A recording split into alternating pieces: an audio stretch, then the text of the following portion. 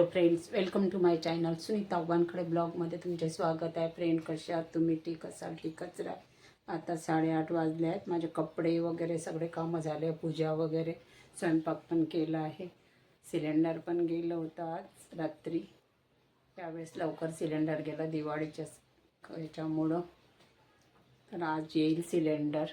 मी छगडीवर केलेलं आहे, इलेक्ट्रॉनिक छगडी जी आमच्याकडे. स्वयंपाक वगैरे झाला. आता आम्ही स्वप्नील निघत आहो दवाखान्यासाठी.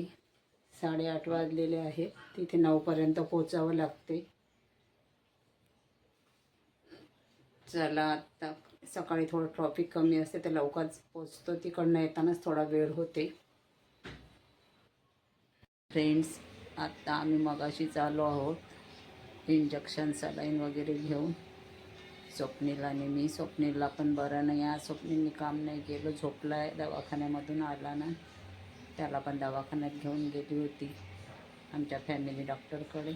त्याला सर्दी वगैरे मुलं बरं नाही वाटत आहे, तर झोपला आहे तो पण. आज तर मला सलाईन इंजेक्शन घेऊन आलं तेव्हापासून बरंच वाटत नाही आहे. आज मी सकाळपासून काहीच खाल्लं वगैरे नाही, जेवण वगैरे नाही केलं. काय खायची इच्छा होतच नाही आहे. आता स्वयंपाक पण करायची इच्छा नाही होऊन राहिली आहे. खूपच हातपाय वगैरे दुखत आहे आणि गळा पण खूप दुखत आहे. थकल्यासारखं पण वाटत आहे. हातपाय वगैरे खूप दुखत आहे. तर आता रुईच्या आजोबाला फोन करते की आमच्या झुणका भाकर आणा म्हणा, कारण माझी हिंमतच नाही आहे आज स्वयंपाक करायची. काल थोडं बरं वाटत होतं तर रात्री पण केला, सकाळी पण केला, पण आता अजिबात हिंमत नाही आहे. तर आता रुहीच्या आजोबाला फोन करते आणि झुणका भाकर आणायला सांगते.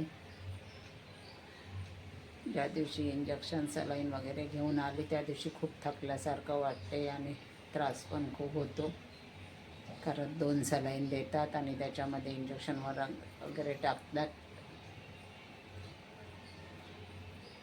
दम पण भरून येऊन राहिला आणि वेगळंच वाटत आहे. चला, आता रुईच्या आजोबाला फोन करते, त्यांना सांगते की झुणका भाकर वगैरे आणायला, कारण स्वयंपाक करण्याची ताकदच नाही आहे माझी.